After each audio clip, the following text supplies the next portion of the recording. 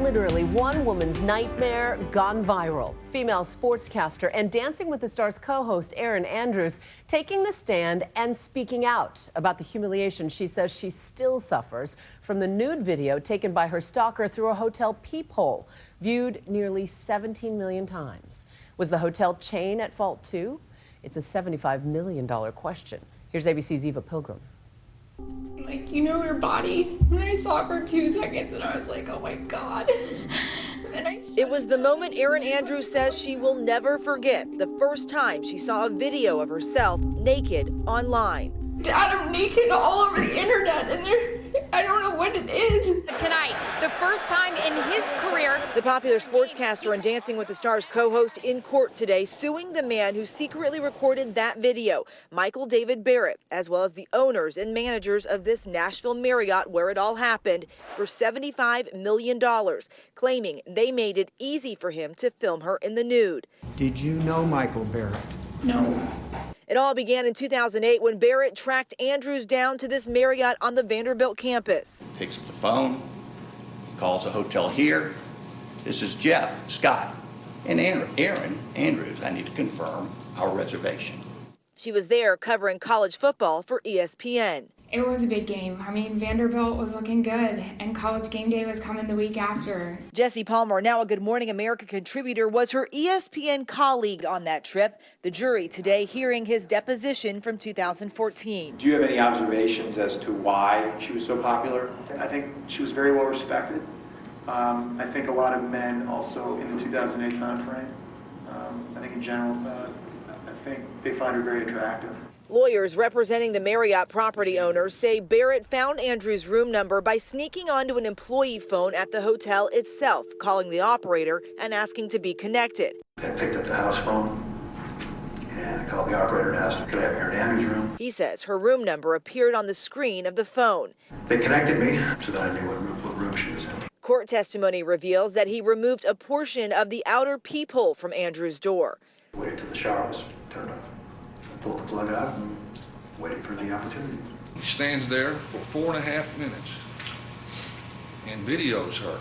Authorities say that video ended up online, now seen by nearly 17 million people.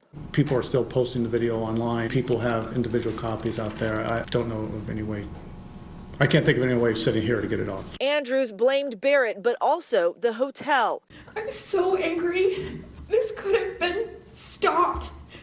The Nashville Marriott could have just called me and said, we're putting this man that requested to be next to you. Is this okay? And I would have called the cops. But the Nashville Marriott's lawyer saying the hotel not at fault, arguing that Barrett pulled a fast one on them. He deceived, he connived, he stalked. And that he is nothing short of a criminal with a history. Mr. Barrett has testified in this case that were some 10 to 15 other women that he also stalked. For Andrews, it's personal. Do you believe you will ever get over this?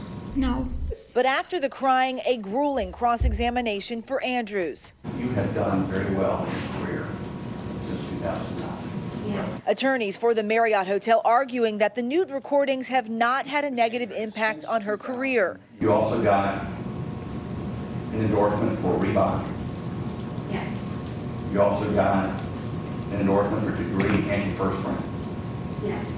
You also got an endorsement for Diet Mountain Dew. Many legal eagles have argued that her career took off after the naked video. I would respond that her career took off in spite of the naked video. But in a world where a sex tape is said to have helped catapult Kim Kardashian to fame, some online questioning her motives. One posting on her Instagram just this week, "It's everywhere, but it's staged. She set the entire thing up." Another saying, "Even the executives at ESPN believe you staged the entire thing." It's an opinion Andrews has been defending against for years. It's a violation. Opening up to Oprah Winfrey in 2009. I'm sure you've heard people say that it could have been a publicity stunt. Disappointed. Yeah. Especially when it came from females as well. Yeah. I would never do this to myself. This is not Kim Kardashian shooting to fame after a sex tape. This is a tomboy turned all-American girl next door who fights and works her way to the top, and now she has been violated. Andrews maintaining this incident has caused lasting emotional scars. I instantly cover the peephole, and then I do a check of the room. I look everywhere. I look for lights, I look for red lights, I look to see if there's cameras. At court, her father recounting the ordeal. I feared for her life. She wouldn't eat, she wouldn't bathe, she wouldn't talk. All she would do is cry. He says the job she once loved became terrifying, remembering her return to ESPN in September 2009 after the video was released.